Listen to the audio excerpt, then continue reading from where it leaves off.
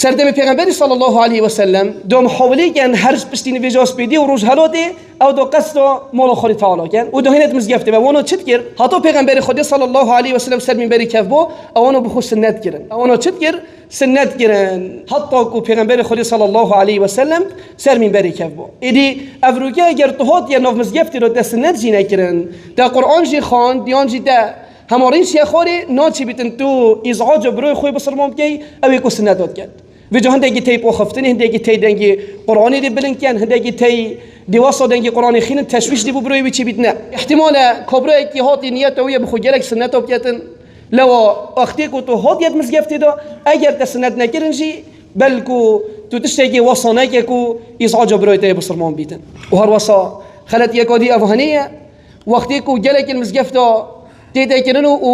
ومزجفت وماشي أبو هني هو بس الحمد لله في قف كل ديب سنة وبيغمبرية صلى الله عليه وسلم وتيدا قلتن كوبوتش أبو هني نمويا مدبيتن يودرس سلمي بري بوها بيجم خاندنا قرآن السرسة موعد روجا جمعة دا أفد شريعة الإسلام دانينا بلكو يودرس توكو بصرمان بينت نو مزجفت دو بخو سنة وبكن هرقوفا كو دنجي قرآن بلنبو إيدي سنة وقرآن ودعاء همي بيك بتي كلبن لو جبر چندی یا سنت و یا درست اوه وقتی که طهات هندی استبیدن بخو سنت بکه ابو هنیز هم یا بخیر تره